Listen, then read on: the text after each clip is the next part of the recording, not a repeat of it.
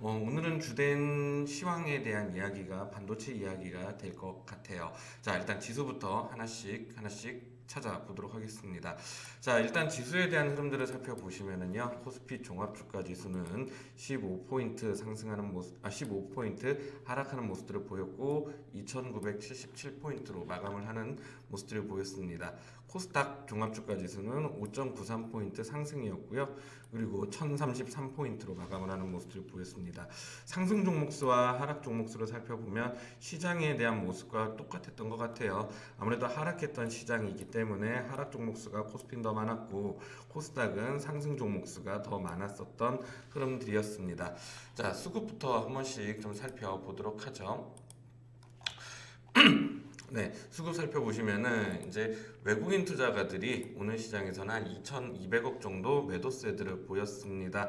코스닥 시장에서도 한 250억 정도 매도세들을 보였습니다. 외국인 기관 투자가들 일단 양매도 보였었고요. 그리고 이제 개인 투자가들 매수하는 모습들이 보였습니다. 자, 업종별로 어떤 업종을 샀는지를 한번 좀 살펴보면은 외국인들이 2,200억 정도 매도를 했음에도 전기전자 업종에서는 매수세들이 연출이 됐습니다. 자, 외국인들이 전기전자 시장을 매도하는데도 전기전자를 매수를 했는데 도대체 그동안 어느 정도나 이제 좀 샀었는가를 한번 좀 살펴볼 필요성들이 있을 것 같아요. 기간에 대한 기준점들 한번 좀 잡아봐야 될 것 같은데요.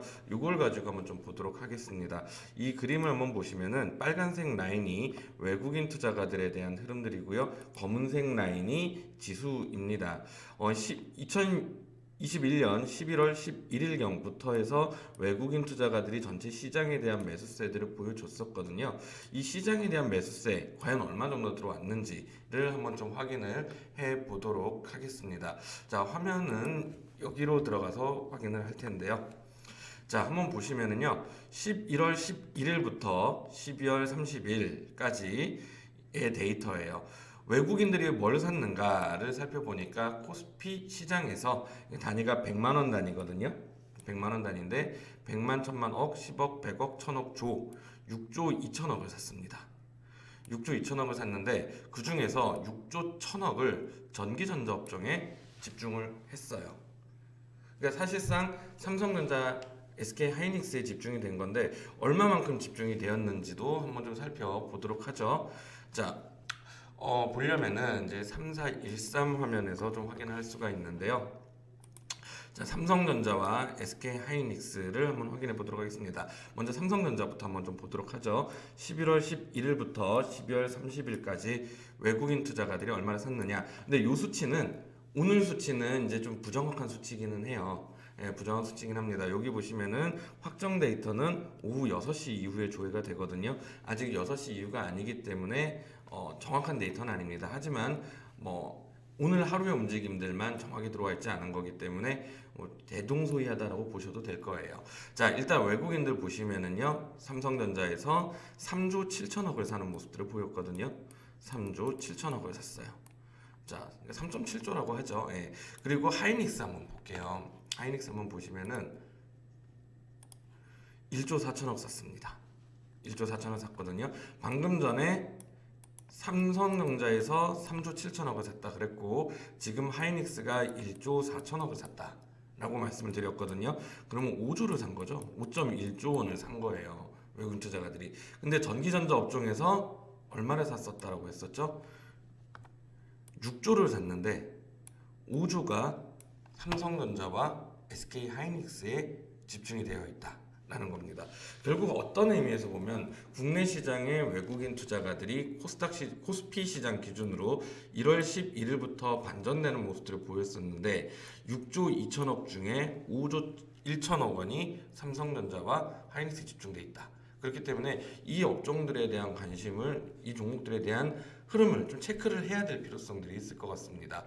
자, 오늘 시가총액 상위주들에 대한 움직임들도 한번 좀 보면서 시장에 대한 이슈와 얘기를 이어갈 텐데 결국은 또 반도체에 대한 왜 이렇게 좀 집중화되고 있는지에 대한 분석을 한번 또 같이 해보도록 할게요. 자, 오늘 시가총액 상위주들에 대한 흐름들 보시면은 삼성전자는 빠졌습니다. 소폭에 빠졌습니다만 SK하이닉스가 올라오는 모습들을 보였었고요. 삼성바이오로직스와 삼성물산이 올라왔었고 여타 종목들은 전부 다 하락을 하는 모습들을 보였어요. 자, SK하이닉스가 왜 이렇게 올라왔을까를 한번 좀 살펴보도록 하겠습니다. 일단 오늘 기사가 하나 떴습니다. 그 기사 내용은 이렇게 보시면 됩니다. 요 기사 내용인데요. SK하이닉스는 미국의 인텔 낸드 플래시 사업부를 인수하는 1단계 절차를 완료했다라고 나오고 있습니다. 사실 2020년 10월 20일 날부터 이 부분에 대해서 그 영업 양수를 하겠다라고 발표를 했었는데 이제 오늘 이제 자금 1단계를 마친 거예요. 2단계는 2025년 3월에 이제 진행이 될 거고요. 여기 있는 내용들이 있네요. SK하이닉스가 총 계약 금액 90억 달러 중에 70억 달러를 1차로 인텔에 지급을 합니다. 예, 그리고 2025년 3월에 남은 것들을 이제 주게 되는 거고요. 그래서 이제 받는 것들은 낸드 플래시 웨이퍼 R&D와 다른 팹 운영 인력을 비롯한 유무형 자산들을 이제 이전을 받게 됩니다. 자, 그렇게 됐을 경우 낸드 시장에서 좀 뭔가 변화가 생기겠죠. 자, 그럼 낸드 시장의 그 점유율 한번 좀 살펴볼까요? 점유율을 한번 살펴보시겠습니다. 자, 보면은 2021년 3분기 기준의 데이터입니다. 한번 보시면 삼성전자가 낸드 시장에서 34.5%를 차지하고 있었고 키옥시아라는 일본 기업이에요. 일본 기업에서도 지금 19.5% 차지하고 있었고 SK하이닉스가 13.6%로 3위였었습니다. 근데 인텔이 들어오게 되면은 이제 키옥시아 정도 수준은 되겠죠. 물론 뭐 키옥시아는 지금 웨스턴 디지털을 좀 인수하려고 하는 움직임들 정도가 좀 시장이 좀 짙게는 되고 있어요. 근데 아직까지 뭔가 구체화적으로 나오고 있는 것은 없는 상황인데 어찌되었건 SK하이닉스는 이제 인텔과 합치면서 시장에 삼성전자를 추격할 수 있는 뭐 그런 발판들 2위 업체로 발돋움할 수 있는 그런 발판을 만들었다라고 보시면 될 것 같습니다. 다만 이제 한 가지 이제 좀 살펴봐야 될 것들은 현재 이번에 그러니까 돈을 준다고 했었잖아요. 70억 달러. 요게 지금 8조 원 정도 됩니다. 8조 원 정도 되거든요. 자, 그러면은 이거를 지급을 할 때 SK하이닉스에서 감당할 만한 이제 능력이 될까? 를 한번 더 살펴보는 것도 중요하지 않을까요? 네, 그래서 이제 SK하이닉스의 재무제표를 한번 간단하게 한번 좀 보도록 할게요.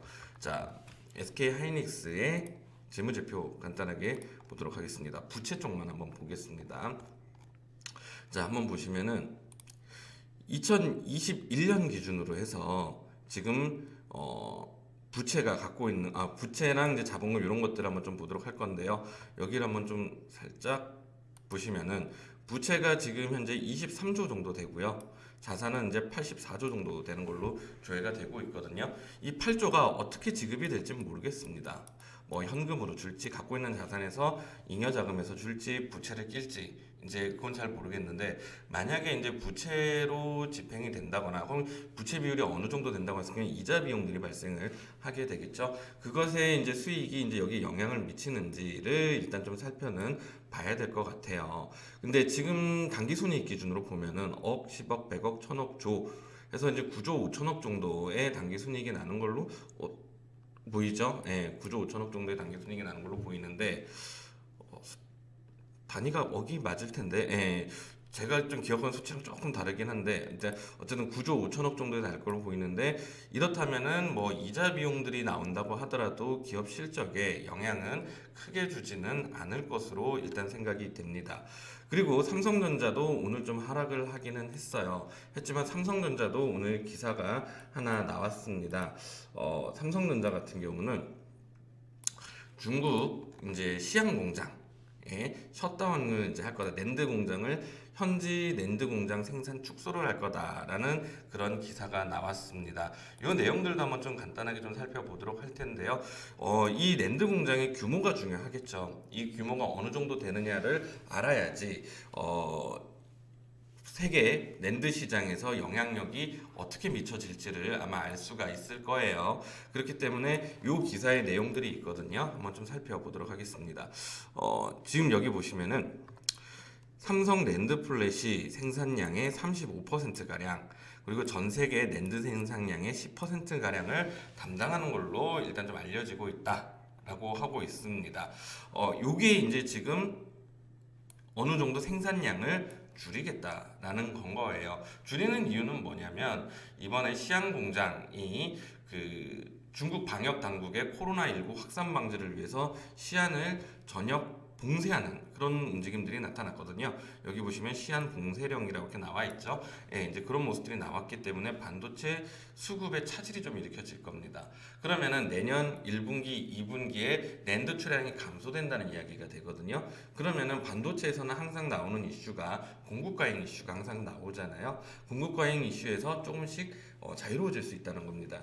다른 업종들보다 이 낸드 반도체 시장에서의 공급 과잉 이슈가 좀 크게 작용하는 이유는 이 반도체라는 상품의 특성 때문에 그렇습니다.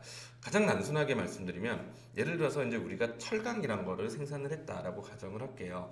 그러면은 이건 근데 안 팔린다라고도 한번 가정을 해보겠습니다. 그럼 이건 재고 비용은 이제 창고 비용은 계속해서 들어가겠지만 원자재 가격들이 나중에 뭐 좋아지거나 이랬을 때 팔면은 어차피 똑같은 철강 뭐 이런 것들이 되는 거잖아요. 근데 반도체 같은 경우는 계속해서 기술이 발전을 해서 더 좋은 반도체들이 나옵니다. 지금 당장 팔지를 못하면 점점 더 나쁜 상품이 된다는 건 거죠. 그래서 이런 걸 가지고 휘발성 자재라고 하는데 휘발이 되는 건 거죠. 가치가. 그렇기 때문에 반도체는 공급 과잉이 돼서 수요 예측이 잘못돼서 공급 과잉이 된다고 하더라도 아무리 낮은 가격 빨리 파는 게 지금 당장 제일 좋은 가격을 받을 수도 있는 건 거죠. 그렇기 때문에 수요 예측이 잘못돼서 공급 과잉이 되면 반도체 가격이 계속 떨어지게 되는 거고, 그 떨어진 반도체 가격에다가 계속해서 울며 겨자 먹기 식으로 매도를 할 수밖에 없는 상황들이 벌어지게 되는 거거든요.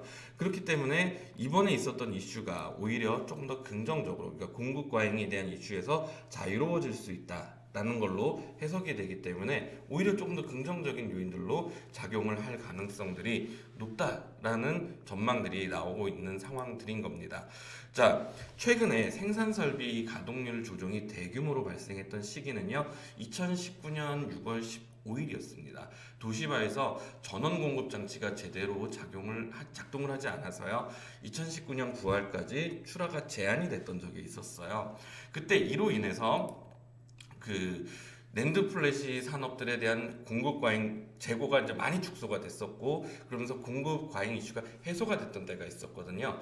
당시 도시바의 월 생산 규모가 500K 정도였었습니다. 근데 이번 중국 그러니까 중국의 삼성 시안 같은 경우, 시안 공장 같은 경우는 월 266K 정도 되거든요. 그때 당시에 그러면 이번에도 그때는 2019년만큼은 안 되겠지만 그래도 어느 정도 좀 긍정적인 이슈로 작용을 할 수 있을 거라는 거거든요. 자, 그러면은 그때 당시에 있었던 글로벌 낸드 공급사들에 대한 주가의 흐름들, 2019년 6월 이후의 흐름들을 한번 좀 살펴보면 앞으로의 투자 아이디어를 좀 얻을 수 있지 않을까 싶어서 거기에 있는 데이터들을 제가 한번 좀 주가들을 한번 좀 살펴드리도록 하겠습니다. 자, 일단 우리나라 기업들부터 한번 좀 보도록 하죠. 하이닉스부터 한번 좀 보도록 하겠습니다. 2019년 6월 15일 대략적으로 여기쯤이었어요. 그러면서 지금 주가가 올라가는 레벨업이 되는 모습들이 관찰이 됐었죠. 삼성전자는 어땠을까요? 삼성전자의 2019년 6월경 이후의 모습들 역시도 긍정적이었던 것으로 관측이 되고 있습니다. 자, 그럼 해외 기업인 방금 전에 보셨던 대로 글로벌 2위 기업인 키옥시아 같은 경우는 일본이라서 일단은 제외를 하고요. 미국의 웨스턴 디지털, 그리고 마이크론, 인텔 같은 경우는 어땠을지를 한번 좀 살펴보도록 하겠습니다. 자, 먼저 마이크론 테크놀로지부터 보도록 하죠. 2019년 6월로 한번 가보도록 하겠습니다. 자, 2019년 6월로 갔다니까, 자, 이때 당시 흐름들이에요. 괜찮아지는 듯한 모습들이 관찰이 되죠. 그리고 이어서 인텔과 웨스턴 디지털도 한번 같이 보도록 하겠습니다. 자,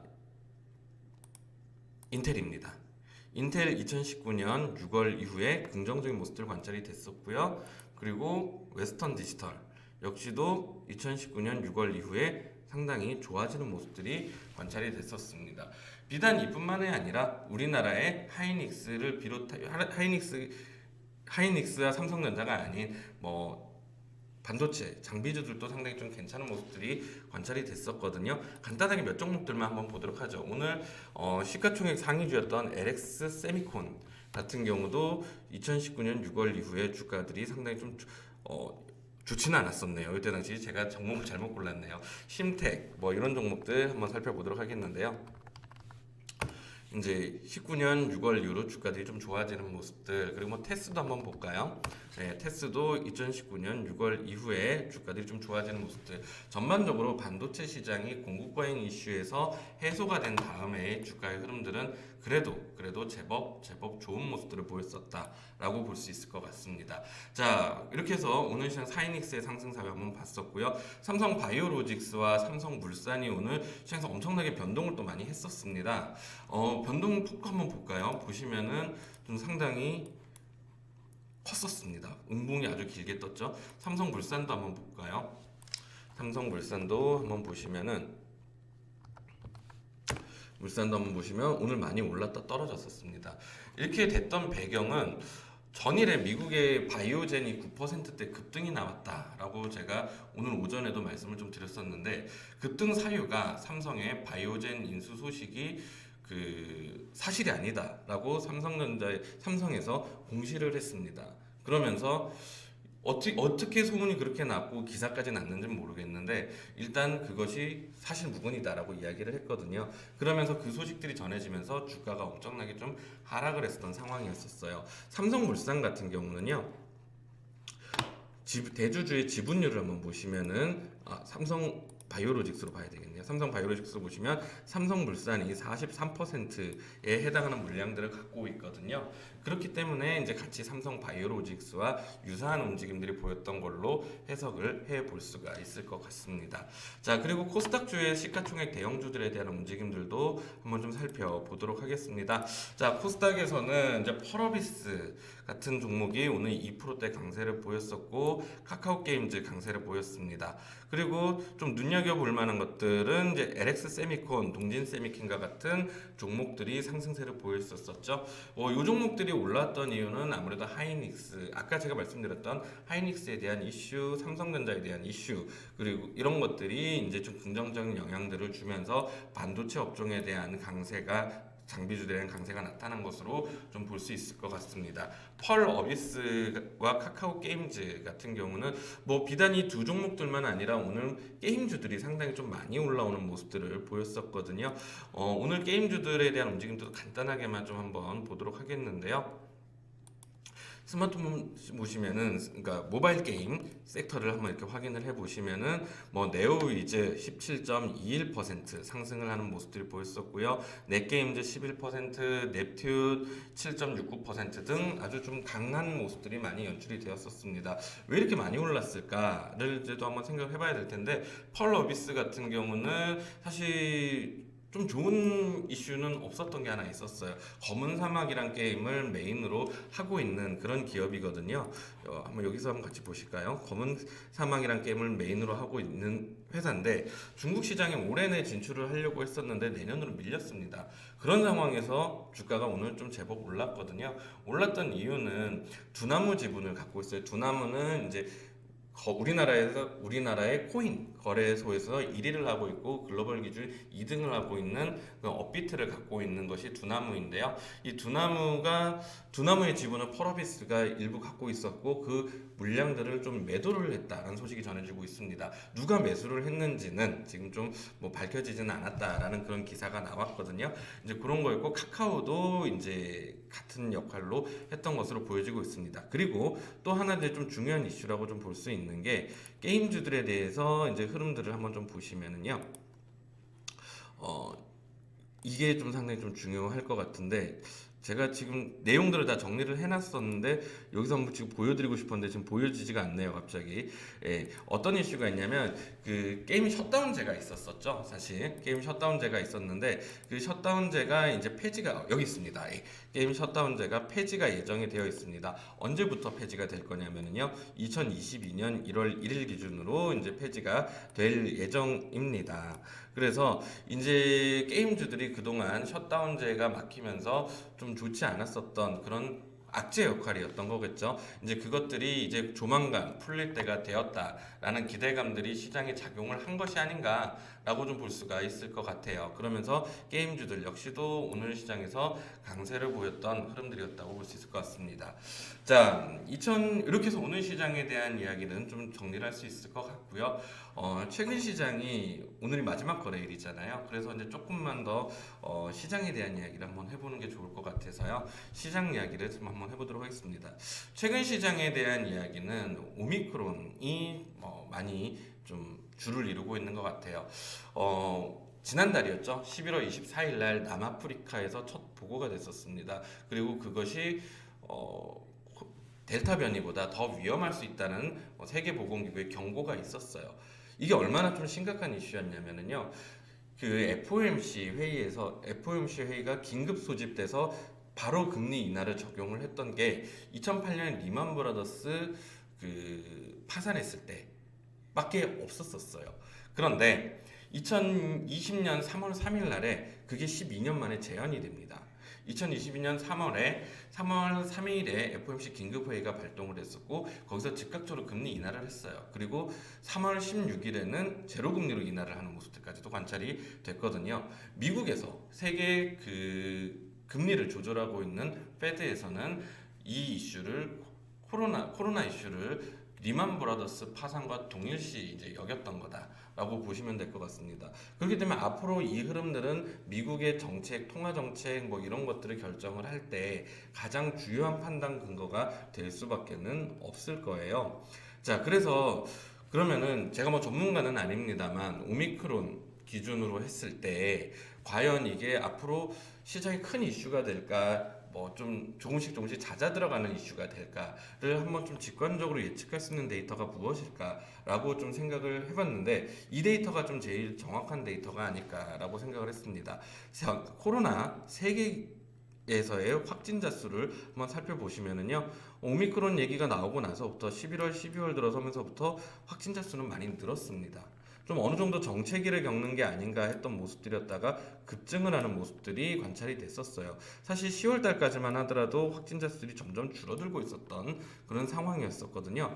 그런데 재밌는 흐름들이 나오는, 이걸 가지고 재밌다라고 표현을 하면 좀 안 될 것 같기는 한데 사망자의 흐름들 한번 보시면은요, 현격하게 떨어지는 모습들이 관찰이 되고 있습니다. 떨어지기 시작을 했어요. 오히려 지금 코로나가 이제는 뭐 확진자 수는 계속 증가 일변도를 달리고 있습니다만 사망자에 한해서는 오히려 줄어드는 모습들이 보여지고 있기 때문에 이 추세가 계속된다라고 치면 증시에 미치는 영향력 또한 어느 정도 좀 잦아들 가능성들이 좀 높아지지 않을까. 그렇기 때문에 지금 당장의 증시는 썩 좋지는 않습니다. 저는 박스권으로 본다라는 말씀들을 계속해서 좀 드리고 있는데요. 좋지는 않습니다만 이 흐름들이 지속이 되어 준다라고 하면은 2022년은 좀 기대를 해볼 만하지 않을까라고 하면서 오늘 시황은 이제 좀 마치도록 하겠습니다.